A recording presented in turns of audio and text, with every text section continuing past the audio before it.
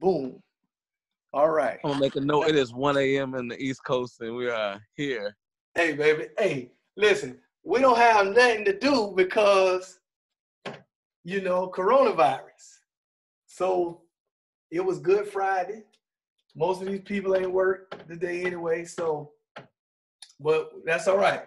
I'd rather you be here with me than anywhere else. So we had somebody ask earlier. What's up, Rich? What's up, Cody? Lil Dex, what's up? Nick, what's going on?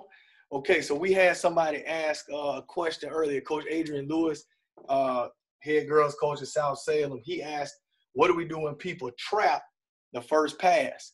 So I believe if somebody's trapping us, then our play that we had called or whatever we had dialed up is off.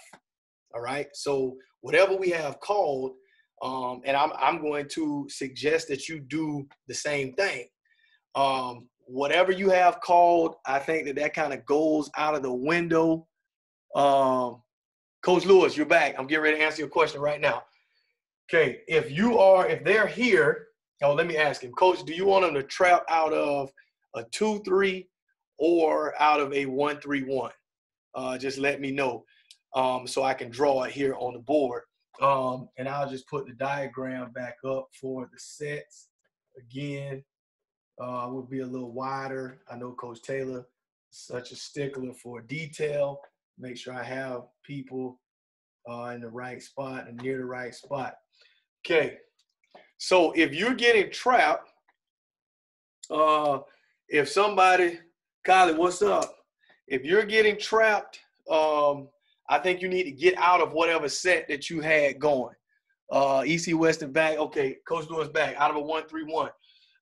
Again, most people like to attack a odd front zone with an even front, like with two guards up here.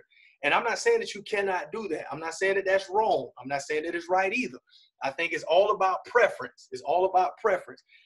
I want you to coach this game for low risk, high reward, okay?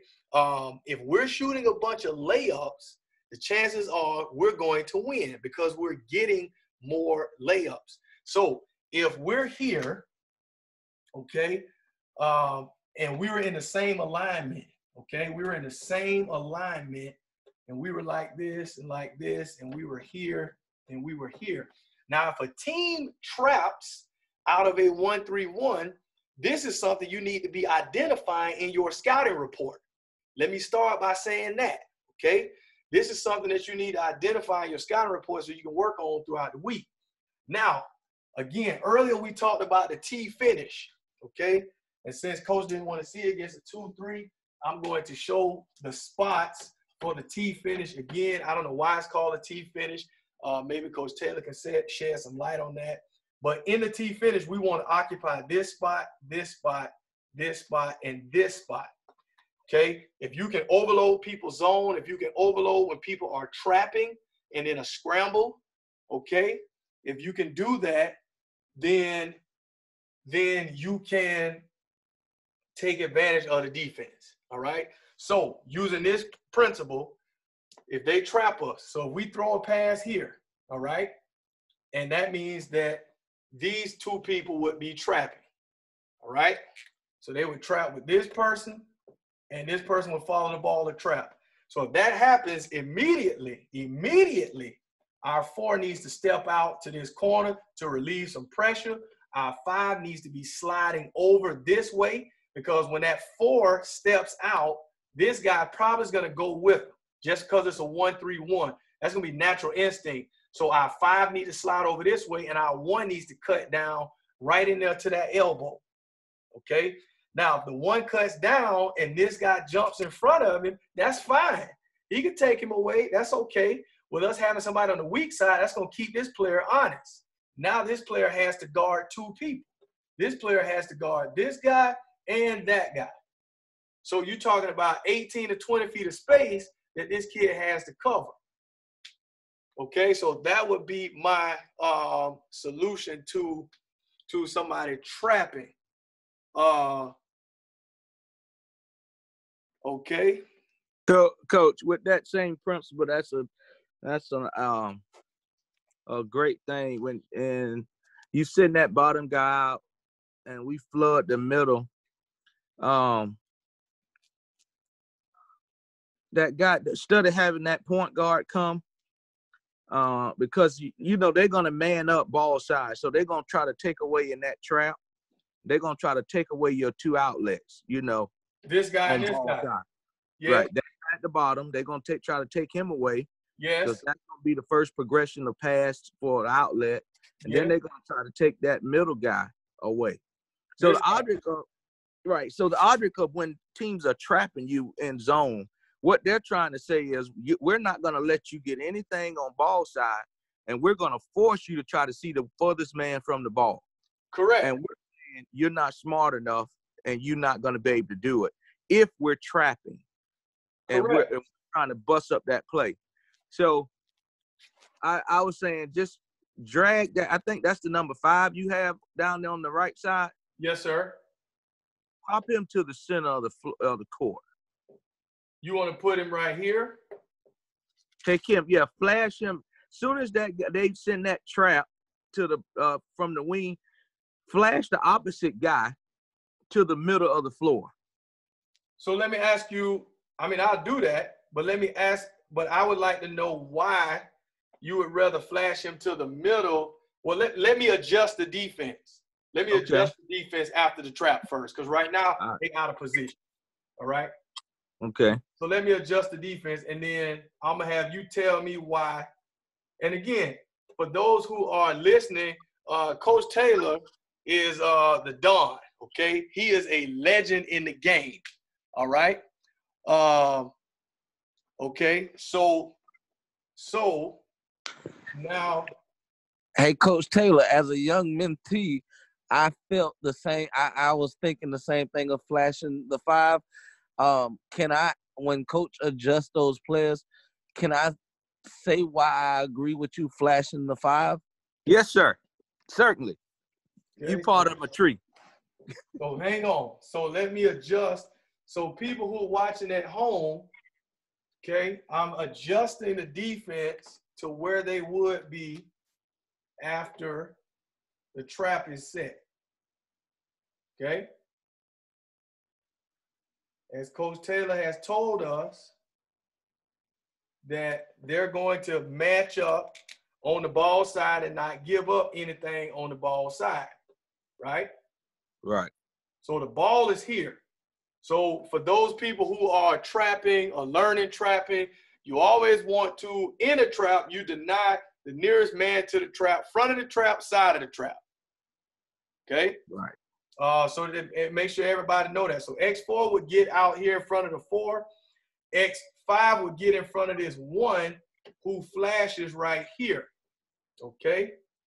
Now, you guys are saying, so that leaves X2, right? So now, if you trap the ball and you take away and take away, that means X2 essentially has 2 players. The offense is 5 and the offense is 3. Does everybody understand? Everybody with me? Right. Okay. So now you guys, and I shifted him over because I don't believe he's gonna stay out here. He or she. It could be, depending on if you're coaching guys or girls. I don't believe this player is going to stay here while this trap is going. If they stand out there, they're probably not gonna be in the game. Right. Okay. So now you guys tell me why you would rather flash here as opposed. Go ahead. You tell me. I'm listening.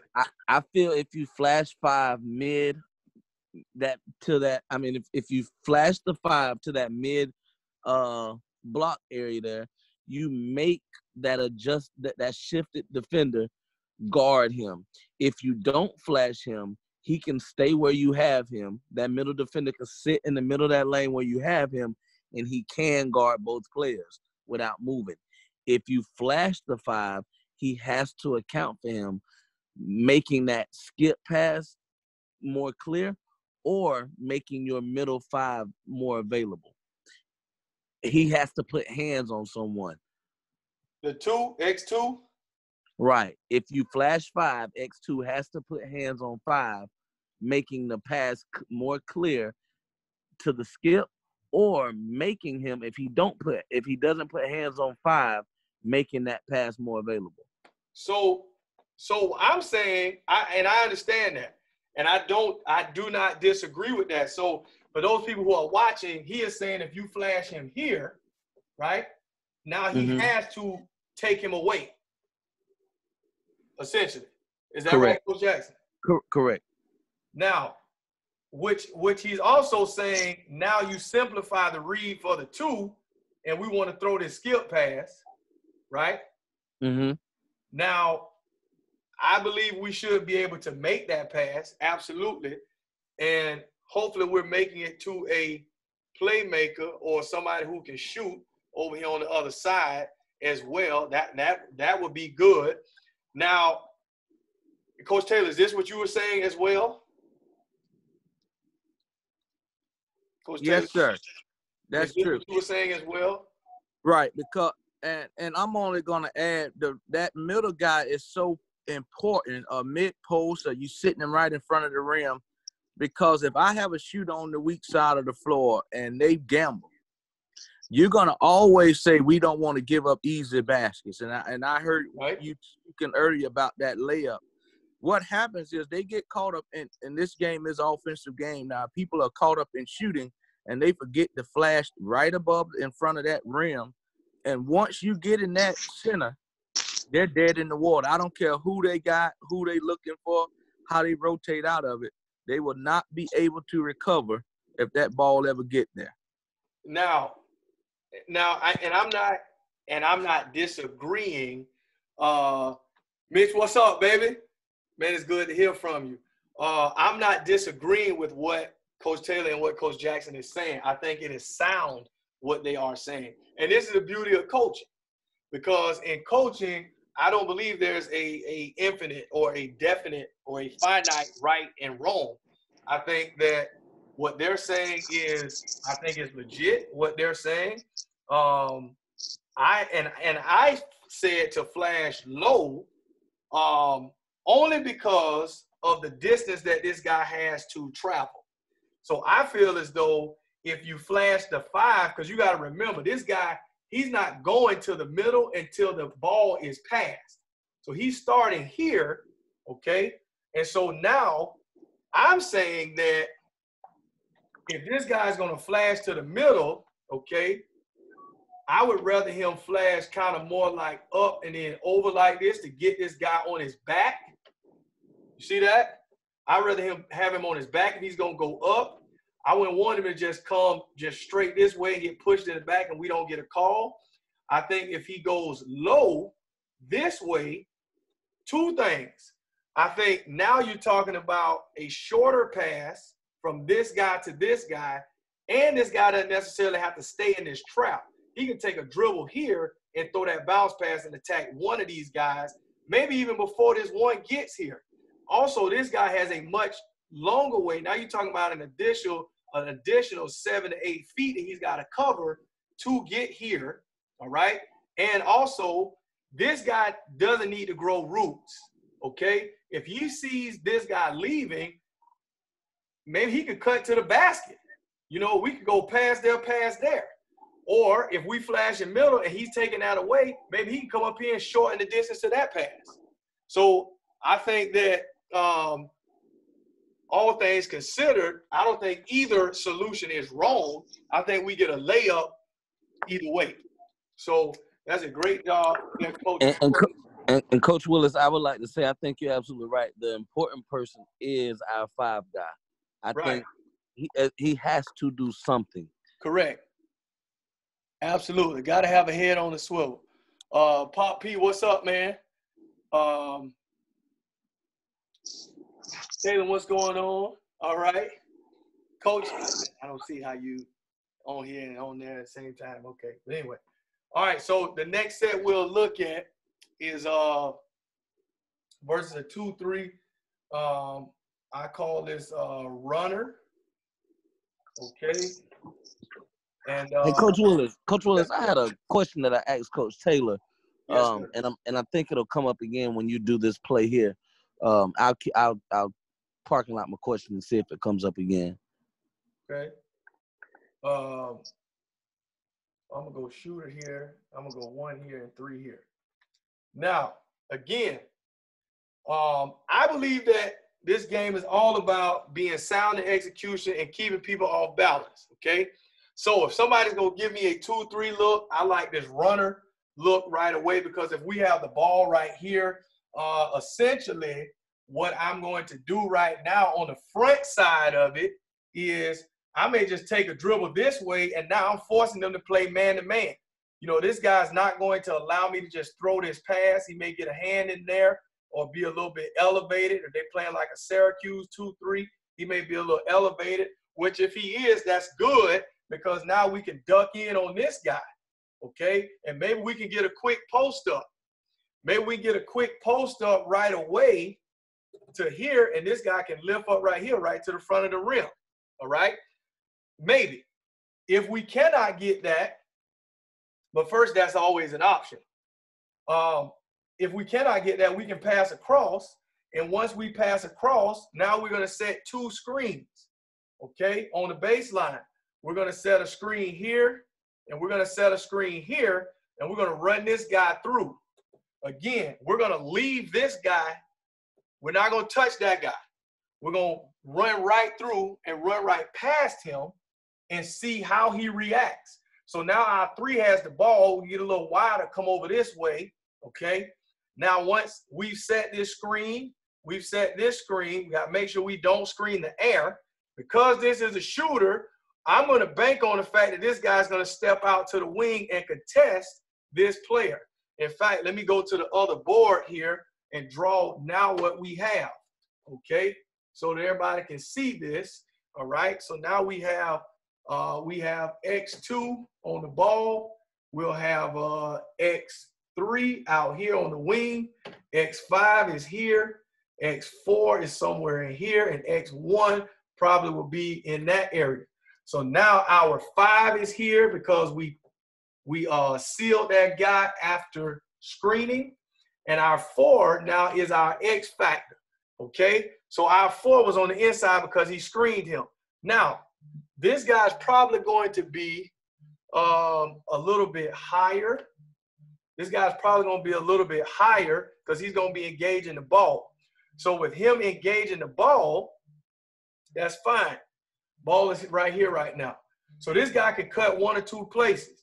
Either he can flash here to the ball side, to the elbow here, and now we have an overload, okay, because that guy will be out there. If he comes up here, he need to make sure that he get a piece of this X1 defender and get him on his hip, okay, on his left hip. He need to get a piece of him so that that guy's behind him, kind of in this stance right here. So we could catch right there and then go right to a high-low and get a left-hand layup. That's possible. This guy, after he screens, he's going to have to work his way back so we don't get a 3-second call. We could throw it into the post right here. If he's out there, we could throw it into the post right there, okay?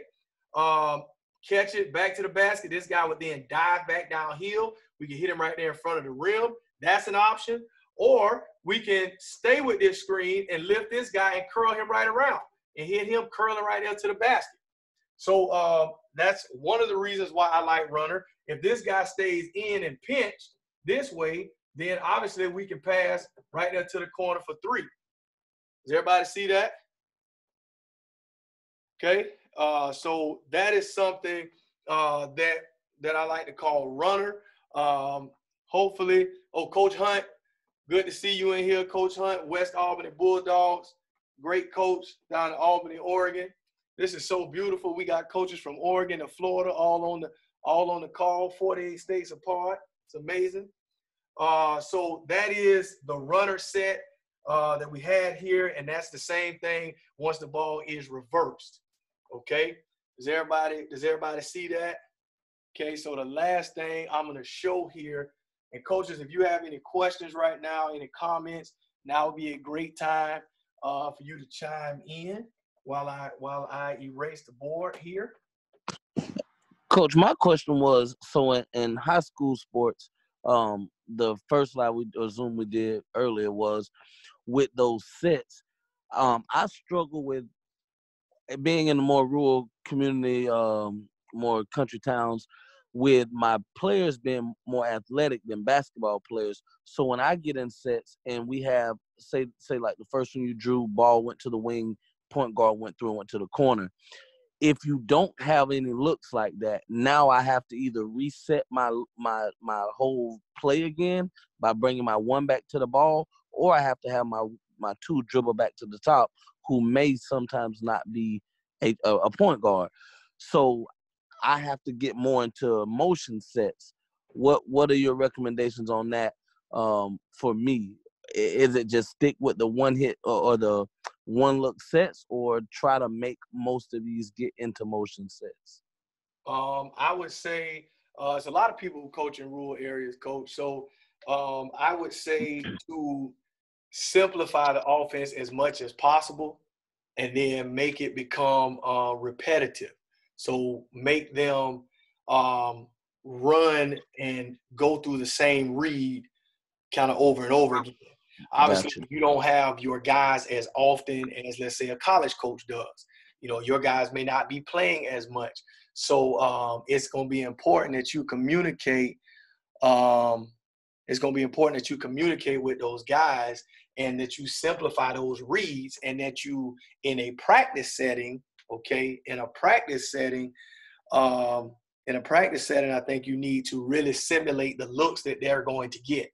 So, and essentially, your scouting report needs to be even more dialed in, right? So that when you are making your mind up as to, okay, we're going to go this ball screen route, well, I got to prepare my guys to read it. Our team's going to switch. Are they going to hedge? Are they going to double? Are they going to go under? So putting your guys through those reps just so that they can see it, okay? So that they can see it, all the possibilities. And I would go with all the possibilities early on. Okay, so what's going on, Matt Bremen, man? Good to see you, baby. Shout out to my boy, Matt Bremen, man. Wolves and Wolfpack in the house, man. Great competitor. Enjoyed playing against him in high school. Great coach now. Coach, I don't even know where you at now, man. You always on the move, man. But I know you winning wherever you are. But Coach Jackson, I would say simulating those looks early on in the season, and then dialing in your scouting report to know, okay, if a team gonna hedge, if a team gonna trap, make sure you are going over those reps in practice so that your guys can be ready for that situation. All right? So we're talking all offense tonight. We're not talking defense tonight. It's a great question. Coach, can I add just one thing to that? Yes, sir. Coach Jackson, just as what Coach was talking about, that making sure that you give those examples. Just think of the concept, because continuity is good, and you don't necessarily have to move your point back or the two guard back. What we call rules, routine, and rituals.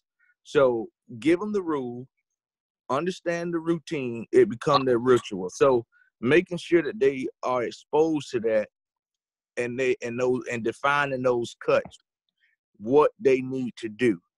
And that kind of continuity will allow you a lot of flexibility with some continuity sets, and just, making the cuts and runs. I got you. All right. So do we have any other questions? Everybody good? Or we got about 5 minutes, and then it's gonna be over because we started this one a little bit earlier. Okay, Coach Hunt, got a message going on there. Okay, good. So I'm gonna show one. Coach Hunt, you get your question answered there. I'm gonna show one ball screen look versus a zone.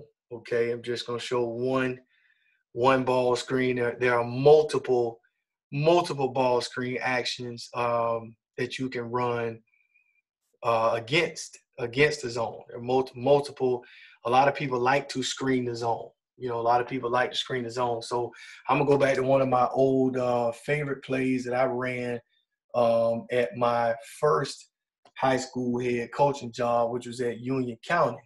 Okay. Shout out to Lake Butler, Florida. So we called this circle. Okay. And so we started here like in a 41 look essentially. So what we just did was we dribbled this guy down, and that caused the defense to shift a bit this way. This guy kind of got in a little bit, and this guy would step outside, and we just circle cut this guy back this way, and we passed in the ball. Okay. So just so that, let me draw it over here so everybody can see where the defense is essentially. So we had our 1 here. We got our 5 out here right now, our 3 right here. We got our 2 here and our 4 just in that area. So this would be X1. This would be X3 out here guarding nobody. This would be X5 in here. X2 probably would have gotten in this area, and X4 would be somewhere in that area.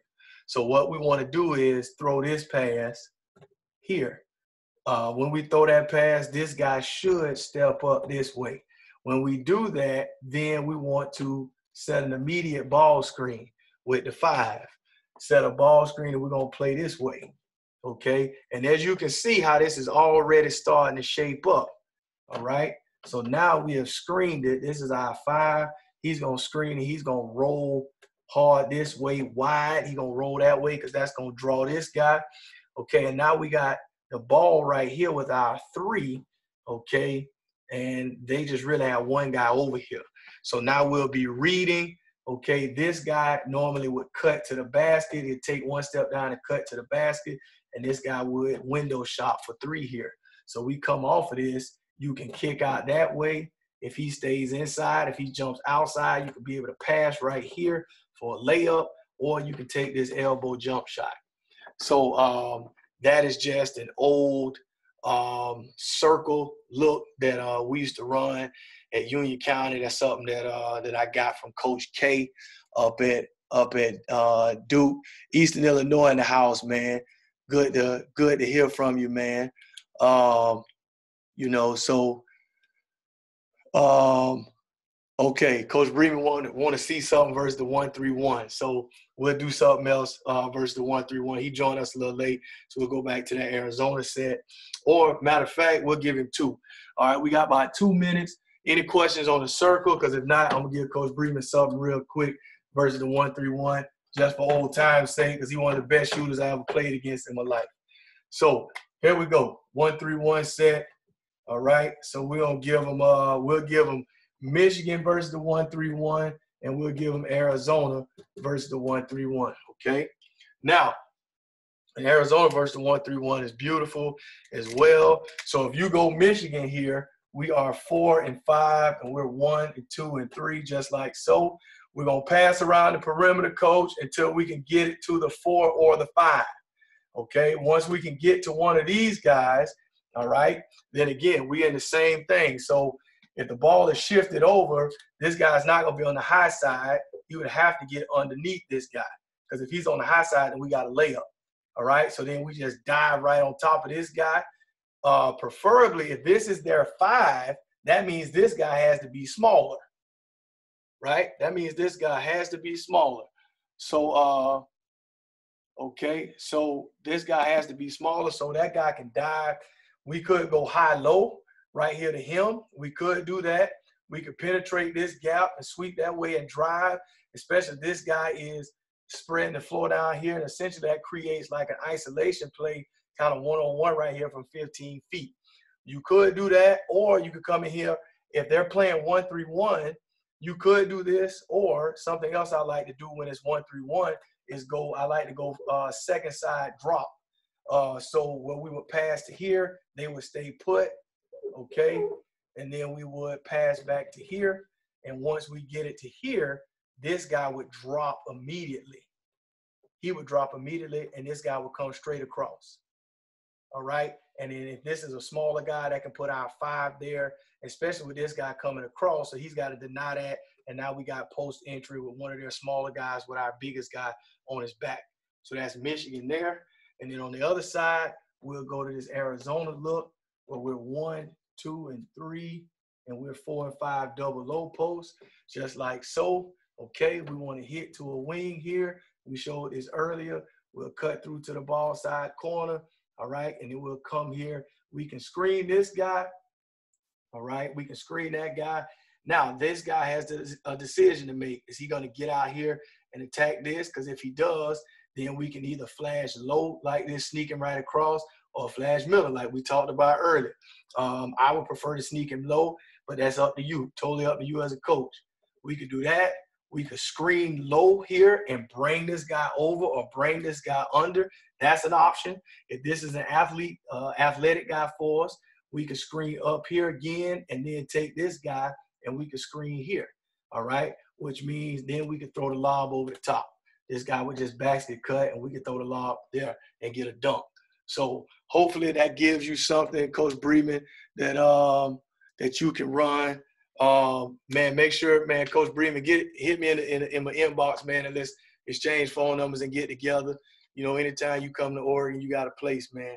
I appreciate everybody for coming. Thank you guys for tuning in. I know we were on for a while, so thank you guys for tuning in. If you got any questions, feel free to email me, coachjohnwillis@gmail.com. You can find me on Instagram. You can find me on Instagram at coach_John_Willis. At Twitter at coach J_Willis, or at Mo Minutes on Instagram as well. So grace and peace to everybody. Thanks for tuning in and have a good night. Coaches, I appreciate you guys, man, coming to check us out. And we did record this one. So excellent job.